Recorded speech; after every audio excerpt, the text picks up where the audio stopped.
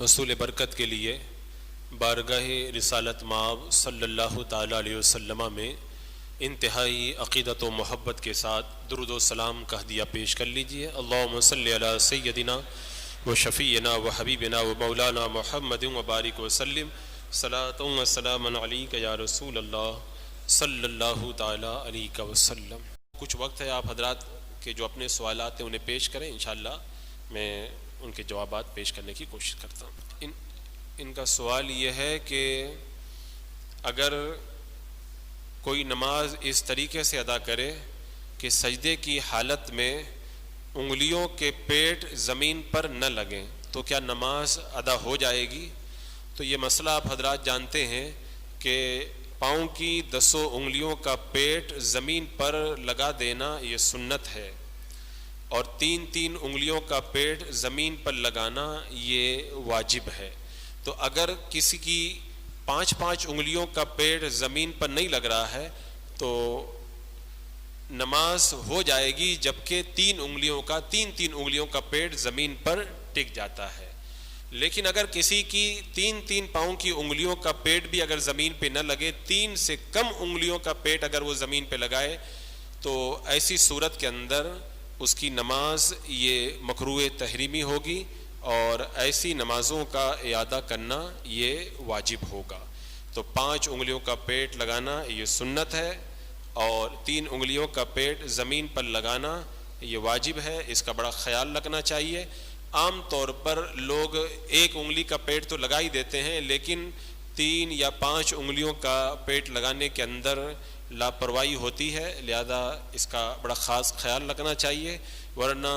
نماز کبھی تو واجب الادا ہوگی اور کبھی جو ہے وہ سنت کے طریقے پر ادا نہیں ہو پائے گی، واللہ تعالی عالم۔ یہ ایک سوال ہے ان کا کہ اگر کوئی سجدہ اس طرح کرے کہ اس کی پیشانی زمین پہ ٹک جائے لیکن ناک زمین پہ نہ لگے، تو آپ کو یہ مسئلہ تو اس سے پہلے بھی بتایا گیا کہ ناک کی جو سخت ہڈی ہے، اس کی نوک اگلا حصہ، اس کا زمین پہ ٹکانا یہ بھی واجب ہے۔ تو اگر کوئی سجدہ اس طرح کرتا ہے کہ ناک کا جو سخت ہڈی ہے وہ زمین پہ نہیں ٹکاتا ہے، خالی اوپر سے لگا دیتا ہے یا بالکل نہیں لگاتا ہے، تو ایسی صورت میں نماز مکروہ تحریمی ہوگی، لہذا اس کا بھی بڑا خاص خیال رکھنا چاہیے تاکہ نماز کو مکروہ ہونے سے بچایا جائے، واللہ تعالی اعلم۔ حرام کمائی سے جو کپڑے خریدے گئے ان میں نماز ہوگی یا نہیں ہوگی، یہ ان کا سوال ہے۔ یہ سوال بڑا اہم ہے اور اس کا جواب بھی بڑے غور سے سننے کی ضرورت ہے۔ حرام کمائی کے حوالے سے پہلا حکم تو یہی ہے کہ جو حرام کمائی میں مبتلا ہے اس کو چاہیے کہ اللہ کی بارگاہ میں سچے دل سے توبہ کرے اور حرام کمائی سے ہمیشہ کے لیے پرہیز کرنے کا اللہ کی بارگاہ میں عہد کرے اور اس عہد کو نبھائے، اس کی پابندی کرے، اور اس کے بعد میں جن لوگوں کا غلط حق اس نے دبا کر کے یا سود کے ذریعے یا رشوت کے ذریعے جو مال لیا ہے ان کو واپس لوٹائے۔ اب اگر کسی نے حرام کمائی سے کپڑا خریدا تو اس کپڑے میں نماز ہوگی یا نہیں ہوگی؟ تو اس حوالے سے فقہاء کرام کی تصریحات سے یہ پتہ چلتا ہے کہ حرام کمائی جو بعینی حرام ہے، کیونکہ جب حرام کمائی اگر حلال کمائی میں مل جائے تو اس کا حکم الگ ہے، اور اس سے اگر کوئی کپڑا خرید کے لایا تو اس کے اندر اس سے نماز پڑھے گا تو اس کے اندر کوئی حرج نہیں ہے، نماز ہو جائے گی۔ لیکن جو حرام ہی کا پیسہ ہے اس سے اگر کپڑا خریدنے گیا اور دکاندار کو وہی حرام پیسہ دکھایا کہ یہ پیسہ ہے، اس سے مجھے جو ہے وہ تم یہ کپڑا دے دو، دکاندار نے اسے ان پیسوں سے کپڑا دیا اور اس نے جو ہے وہ وہی پیسے دکاندار کو ادا کیے، تب تو یہ حرام کمائی سے کپڑا خریدنا ہو گیا، اور ایسے کپڑوں کے اندر نماز پڑھنا یہ مکروہ ہے۔ لیکن عام طور پر بازار میں جب ہم کپڑا خریدنے جاتے ہیں تو ایسا نہیں ہوتا ہے، ہم دکاندار کو پہلے پیسہ نہیں دکھاتے، بلکہ ہم دکان پہ جب جاتے ہیں تو کپڑا خریدتے ہیں، اور جب کپڑا خرید لیتے ہیں اس کے بعد میں جیب سے پیسہ نکال کر کے ہم دکاندار کو دیتے ہیں۔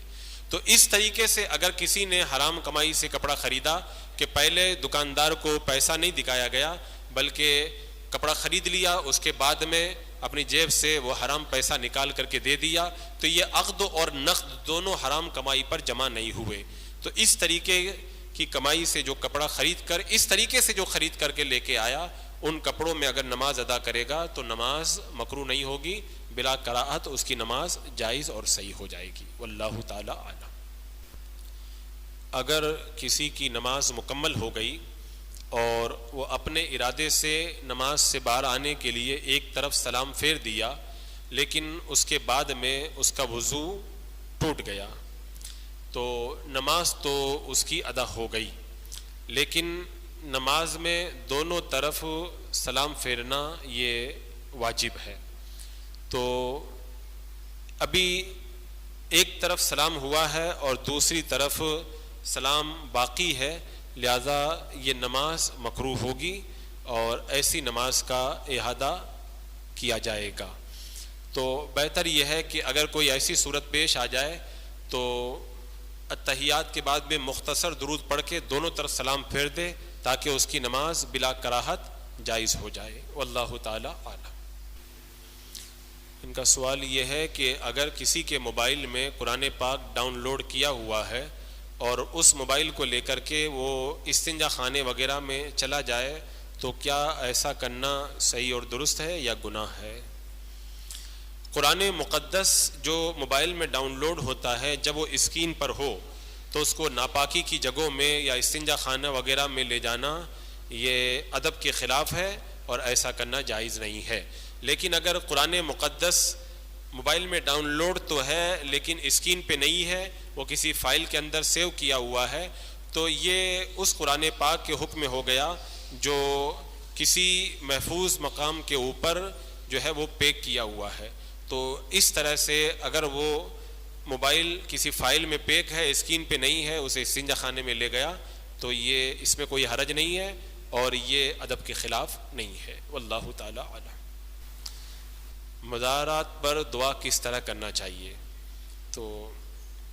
اب یہ تو بڑا تفصیلی جواب ہے اس کا، بس مختصر طور پر یہ سمجھ لیں کہ مزارات پر دعا مانگنے کا دو طریقہ ہے۔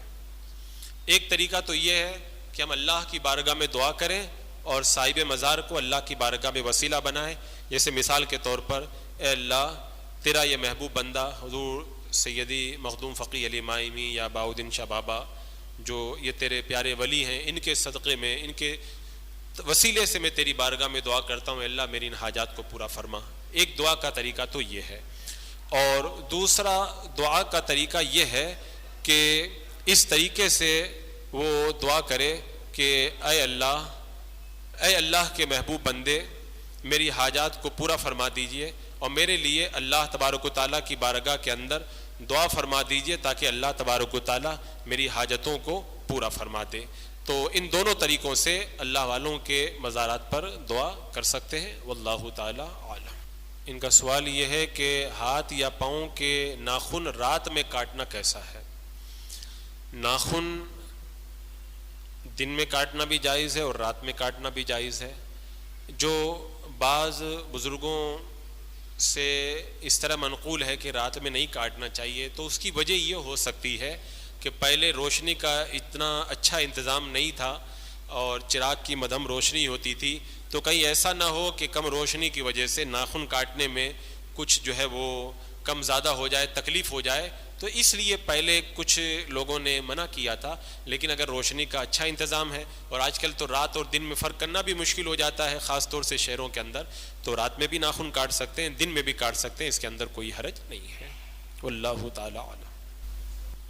اگر کسی نے اپنے سر کے بال کٹوائے یا مونچھوں کے بال کٹوائے، اس کے بعد میں اگر وہ نہائے نہیں اور ایسے ہی نماز پڑھ لے تو نماز صحیح ہے یا نہیں؟ بال کٹوانے سے نہانا فرض نہیں ہوتا ہے۔ جن چیزوں سے نہانا فرض ہوتا ہے اس کو فقہاء کرام نے اپنے مقامات پر تفصیل سے بیان کر دیا ہے، تو لہذا اگر کوئی بال وغیرہ کٹوانے کے بعد میں باوضو ہے تو اسی طرح یا وضو بنا کر کے اگر کوئی نماز ادا کر لے تو نماز جائز ہے، اس کے اندر کوئی حرج نہیں ہے، نہانا اس کے لیے ضروری نہیں ہے، واللہ تعالی اعلم۔ غیر عالم یا غیر حافظ کو حضرت کہنا یا عالم کہنا یا مفتی کہنا کیسا ہے؟ جو عالم نہیں ہے اس کو عالم کہنا، یا جو مفتی نہیں ہے اس کو مفتی کہنا، یہ تو آپ لوگ خود بھی سمجھ رہے ہیں کہ غلط ہے، کیونکہ مفتی کا معنی یہ ہوتا ہے کہ جو مفتی یا عالم کا معنی یہ ہوتا ہے کہ عالم کا جو ایک اس دور میں کورس مروج ہے اس کورس کی پوری تعلیم حاصل کر لے، یا مفتی کا جو ایک مکمل نصاب ہے اس کو پورا کر لے، اس کو عالم یا مفتی کہا جاتا ہے۔ تو جو اس نصاب سے نہیں گزرا ہے اس کو اس نام سے یاد کرنا، یہ آپ لوگ بھی سمجھتے ہیں کہ درست نہیں ہے، اور اس کے اندر ایک بڑی خرابی یہ بھی ہے کہ جب وہ عالم یا مفتی نہیں ہے اسے آپ عالم یا مفتی کہیں گے تو جو نہیں جانتا ہے اسے عالم یا مفتی سمجھے گا اور اس سے دین کی باتیں پوچھے گا، اور وہ اپنی نادانی کی وجہ سے غلط بتائے گا۔ تو آپ کے غیر عالم یا غیر مفتی کو عالم یا مفتی کہنے سے دوسرے لوگوں کو غلط فہمی ہوئی، اور وہ غلط مسئلہ بتانے والے سے رابطہ کر کے غلط مسائل پہ عمل کر کے فتنے میں مبتلا ہوں گے۔ لہذا اس فتنے کے دروازے کو بند کرنے کے لیے بھی بہتر یہی ہے کہ صحیح معنوں میں جو عالم ہو یا مفتی ہو اسی کو عالم یا مفتی کہا جائے، کسی غیر عالم اور غیر مفتی کو اس نام اور اس خطاب سے یاد نہ کیا جائے۔ اور عرف کے اندر بھی اسے جو ہے وہ معیوب سمجھا جاتا ہے، اس سے پرہیز ہونا چاہیے، اور یہ ایک اعتبار سے جو ہے وہ غلط بھی ہے۔ اور حضرت کہنا تو عام طور پہ عالم اور اس طرح کے منصب والوں ہی کو حضرت کہا جاتا ہے، لیکن اگر ایسے ہی اگر کسی کے ادب کے طور پر اگر کسی کو حضرت کہہ دیا اور کسی اجنبی کے اس سے فطرے میں مبتلا ہونے کا اندیشہ نہیں ہے تو حضرت کہنے میں بظاہر کوئی حرج